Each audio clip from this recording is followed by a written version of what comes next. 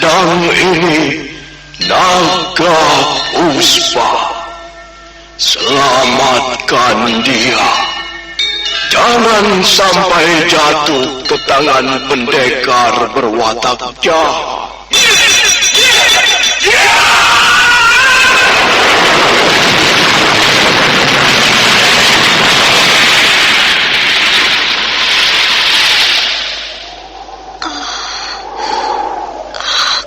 Kakang Kamandanu, kau masih juga tidak percaya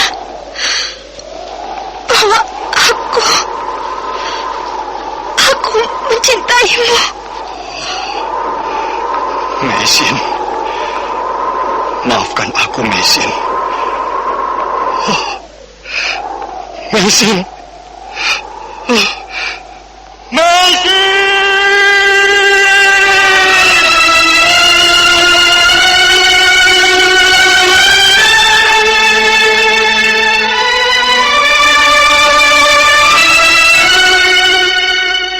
Tutur Tinula.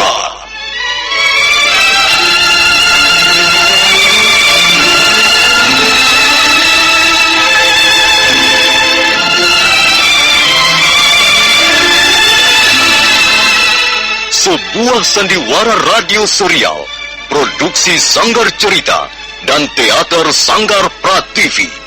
Sebuah kisah dengan latar belakang sejarah runtuhnya Singasari dan berdirinya Kerajaan Majapahit.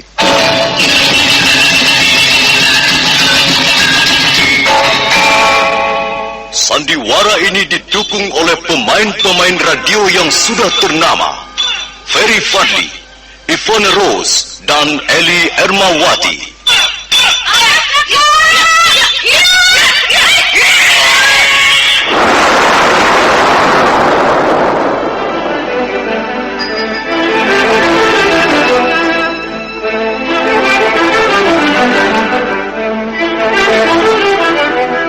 Naskah ditulis dan diolah oleh S. Tijab, hiasan musik dan sutradara C. Ispriyonoka.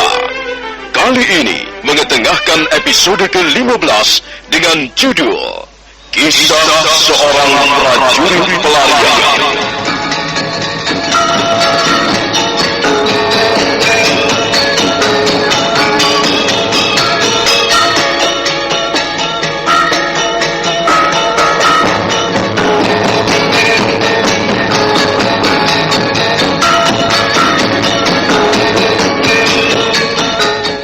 Seri ke-424 ini didukung oleh para pemain: Margaret sebagai Dewi Sambi, Heri Stiono sebagai Sang Rama Wijaya, Ferry Fadli sebagai Arya Kamandanu, Idris Apandi sebagai Ramapati, dan Asdi Suhastra pembawa cerita. Selamat menikmati.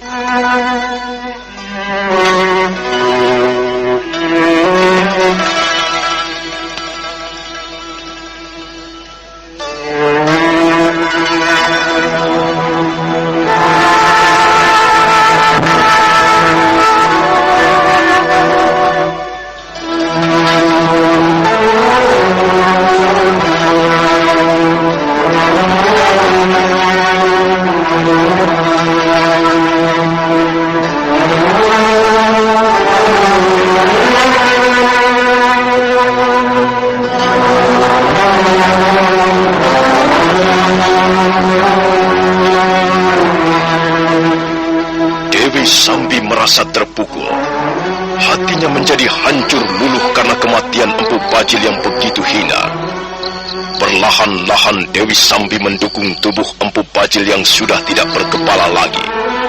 Wanita pendekar itu berjalan terseok-seok menuruni pinggang Bukit Pendem. Dia mengambil arah sebelah barat.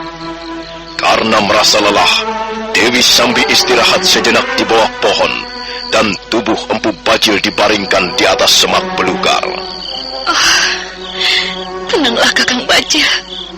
Tenanglah dalam tidurmu. Aku tidak akan membiarkanmu mati penasaran. Suatu saat nanti, aku harus bisa membalas dendam. Aku harus bisa membunuh orang yang bernama Arya Kamandanu dan Sakawuni. Aku bersumpah, Kakang. Suatu saat nanti, kalau kesempatan itu datang, aku akan membunuh mereka untukmu. Tapi aku tidak boleh berlaku sembrono. Aku tidak mungkin melawan mereka secara terang-terangan. Aku tidak mungkin melawan mereka seorang diri. Aku harus menemukan sebuah cara yang jitu untuk membalas dendam. Kakang, kasihan sekali nasibmu. Mengapa kau begitu cepat pergi meninggalkan aku? Mengapa kau tidak sabar menunggu kelahiran si Jabang Bayi? Kakang.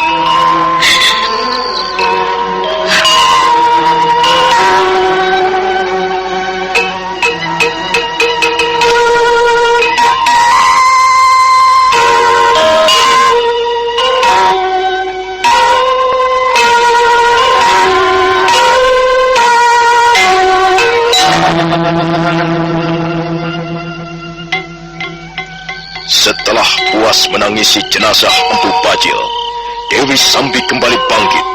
Kemudian dia kembali menggendong jenazah laki-laki yang selama ini menemaninya dalam setiap perjalanan. Wanita pendekar itu berjalan terseok-seok semakin jauh meninggalkan kaki Bukit Pendem. Dia terus mengambil arah barat, dan dia berjalan hingga fajar menyingsing.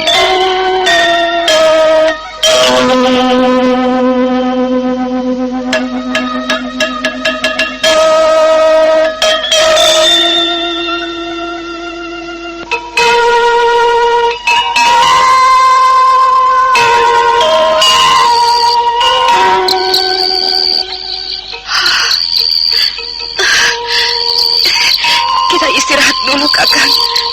Aku lelah sekali. Aku takut Jabang Bayi ini nantinya mendapat cedera. Aku harus berhati-hati. Dia harus selamat lahir di muka bumi. Dia adalah anakmu, Kakang. Anak kita. Nah, aku telah menemukan sebuah cara. Sebuah cara yang sangat jitu untuk melampiaskan dendam Kusumat. Tapi aku harus berhati-hati menggunakan cara ini. Aku tidak boleh berlaku sembrono, karena hal itu bisa mendatangkan malapetaka besar. Yang penting, sekarang ini aku harus menunggu kelahiran Jabang Bayi.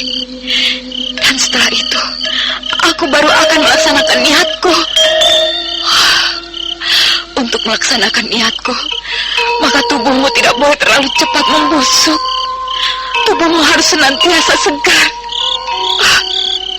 Karena itu, aku akan membawamu ke suatu tempat, Kakang Bajil. Aku akan membawamu ke puncak bukit Sahasrasrabahu.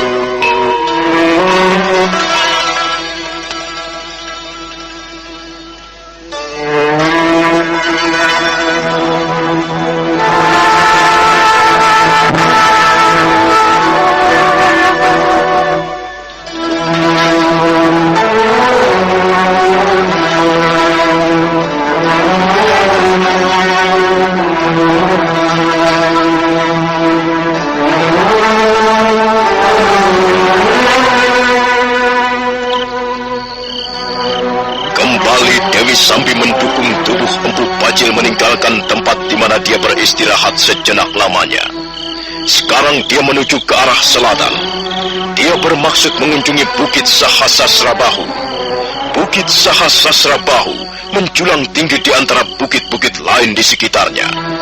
Sahasrasrabahu artinya 1000 sinar. Jadi Bukit Sahasrasrabahu juga terkenal dengan sebutan Bukit 1000 Sinar. Kesanalah Dewi Sambi sekarang menuju.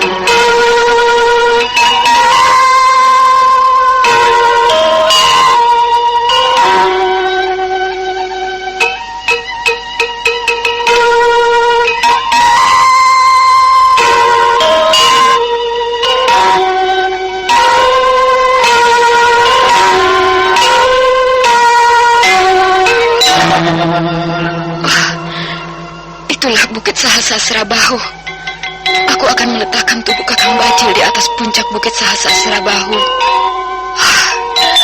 Konon kabarnya di atas sana tumbuh pohon ajaib yang bernama Sahasrasa Masa. Menurut cerita orang-orang, pohon Sahasra Masa tidak banyak lagi jumlahnya. Tapi di atas puncak bukit Sahasra Bahu, orang bisa menemukan dengan mudah pohon tersebut. Kukira aku sangat membutuhkan pohon itu. Aku akan meletakkan tubuh Kakang Bajil di bawah pohon Sahasra Masa.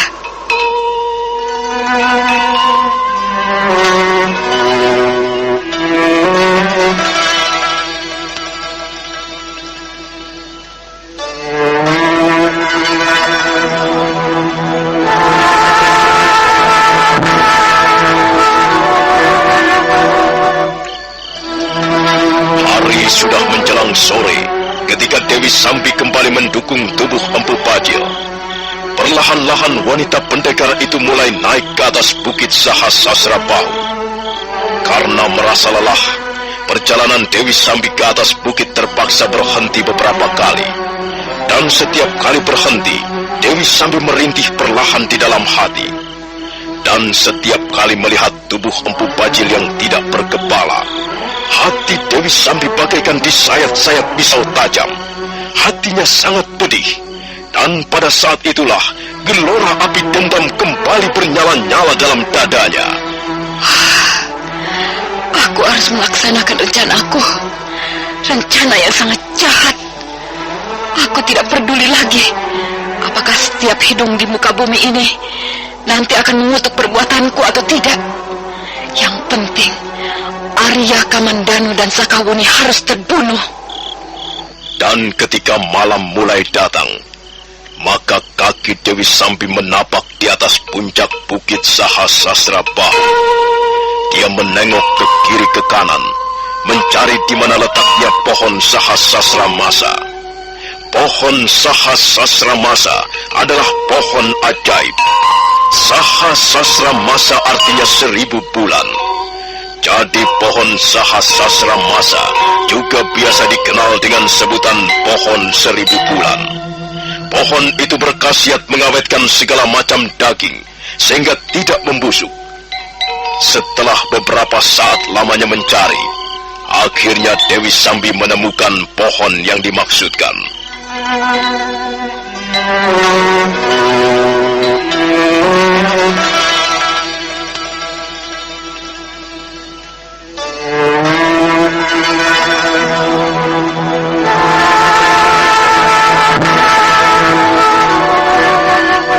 Suasana di sekitar puncak bukit Sahasra Bahu lengang dan sunyi.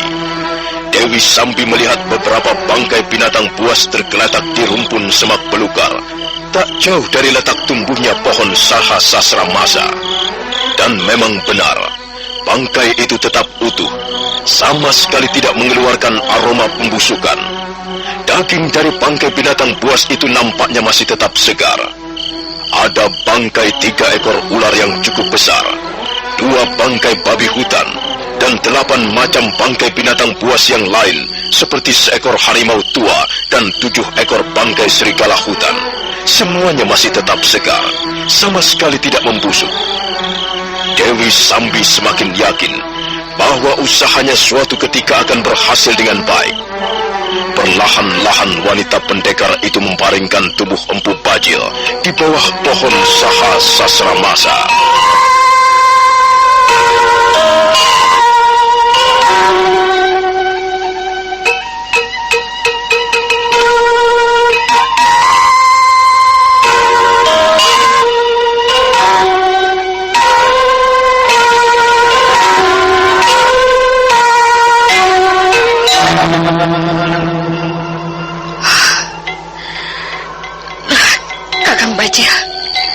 Istirahatlah di bawah pohon ini. Percayalah bahwa suatu ketika aku akan membalas dendam kesumatmu. Aku tidak akan membiarkanmu mati penasaran seperti ini. Suatu ketika Arya, Kamandanu, dan Sakawuni akan kucincang-cincang tubuhnya. Aku bersumpah, Kakang Bajil. Aku bersumpah demi langit dan bumi, demi roh-roh jahat yang bergentayangan di puncak-puncak bukit, demi jin-jin yang bersemayam di muara-muara sungai, demi arwah-arwah penasaran yang bergentayangan di hutan-hutan belantara, Aku bersumpah, aku akan menggunakan segala macam cara untuk membunuh Arya Kamandanu dan Sakawuni. Nah, Kakang Bajil, istirahatlah di bawah pohon ini. Suatu ketika nanti, setelah aku melahirkan si cabang bayi, aku akan kembali mengambilmu. Aku pergi dulu, Kakang Bajil. Aku harus menunggu beberapa bulan sebelum kembali ke tempat ini.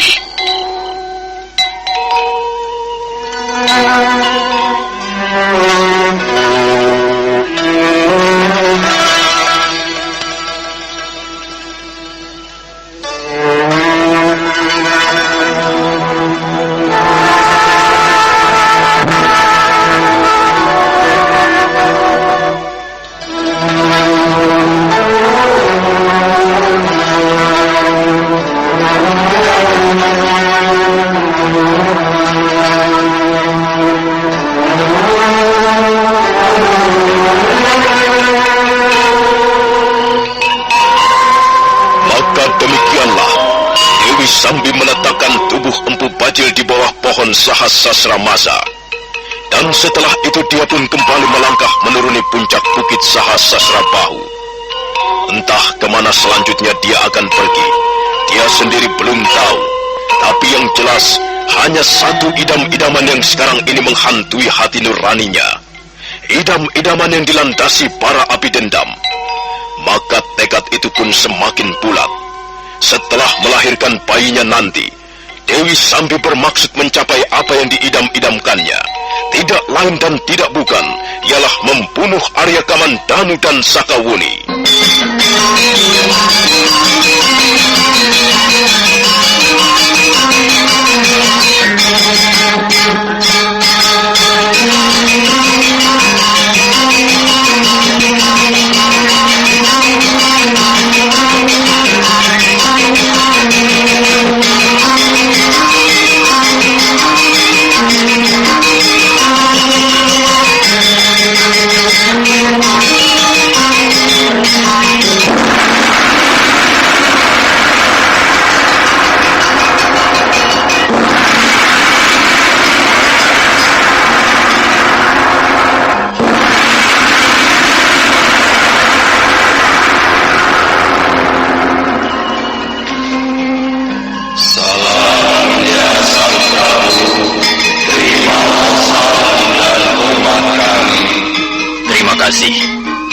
Terima kasih atas salam dan hormat kalian.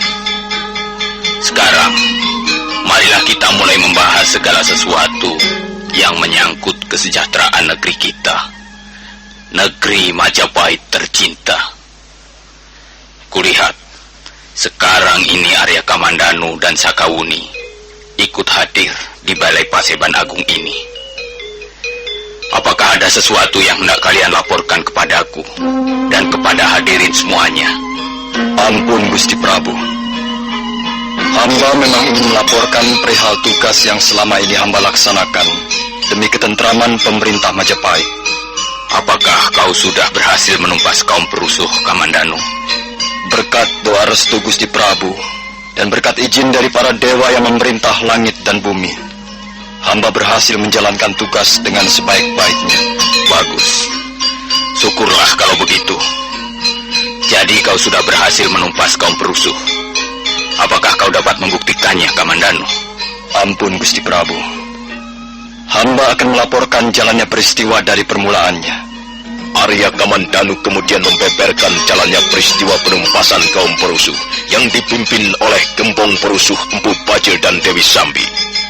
Dan setelah selesai membeberkan segala sesuatunya yang pantas untuk dilaporkan, Arya Kamandanu mengulurkan sebuah bungkusan yang terbuat dari lembaran-lembaran daun talas hutan.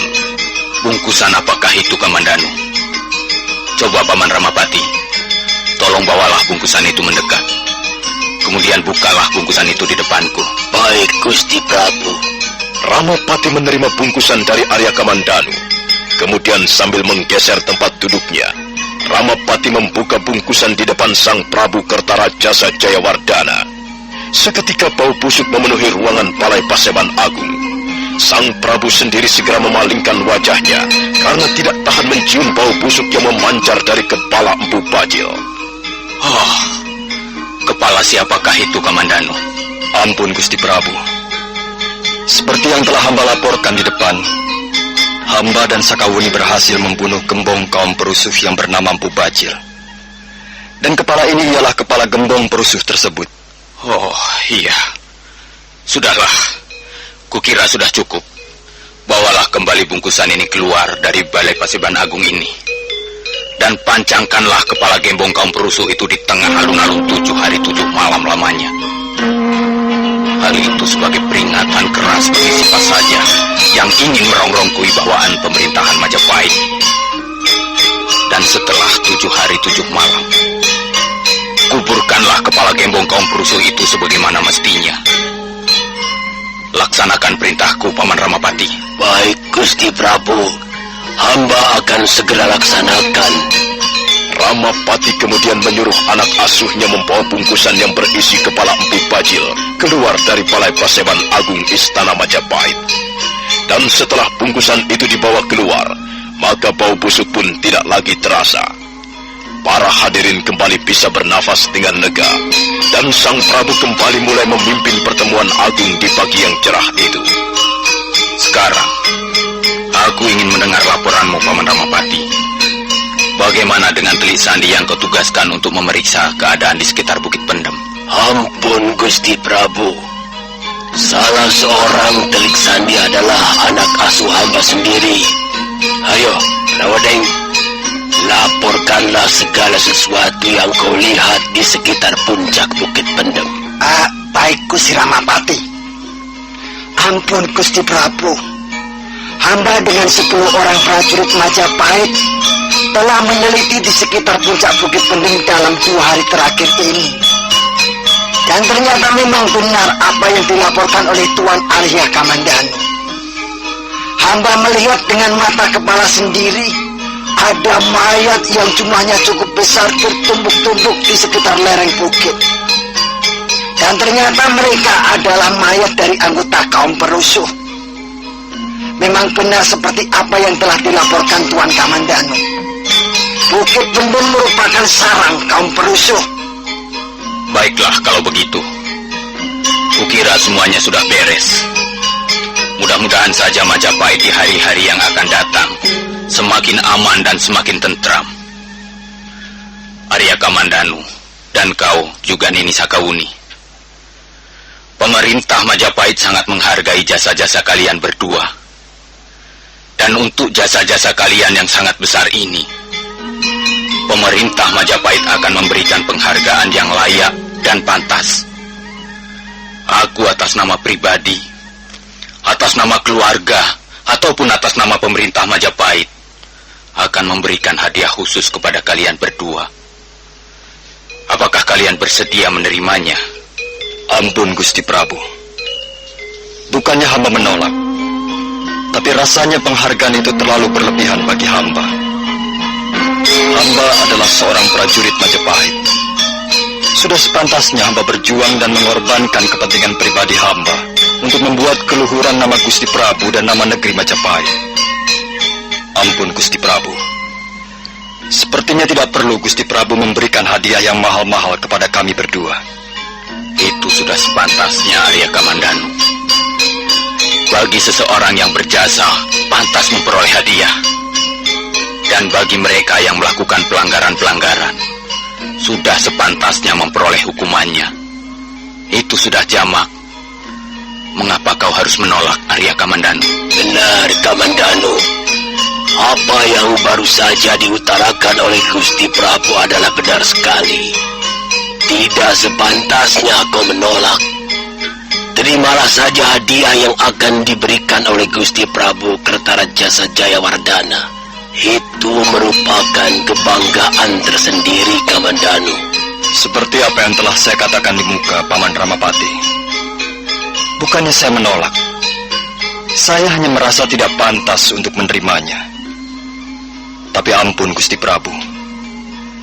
Kalau sekiranya Gusti Prabu berkenan, hamba ingin mengajukan satu permohonan saja. Mudah-mudahan saja Gusti Prabu mengabulkan permohonan hamba ini. Kau ingin mohon apa kepadaku, Kamandanu? Katakanlah. Ampun Gusti Prabu. Hamba mohon agar Gusti Prabu sudi membebaskan Gajah Biru dari ruang tahanan.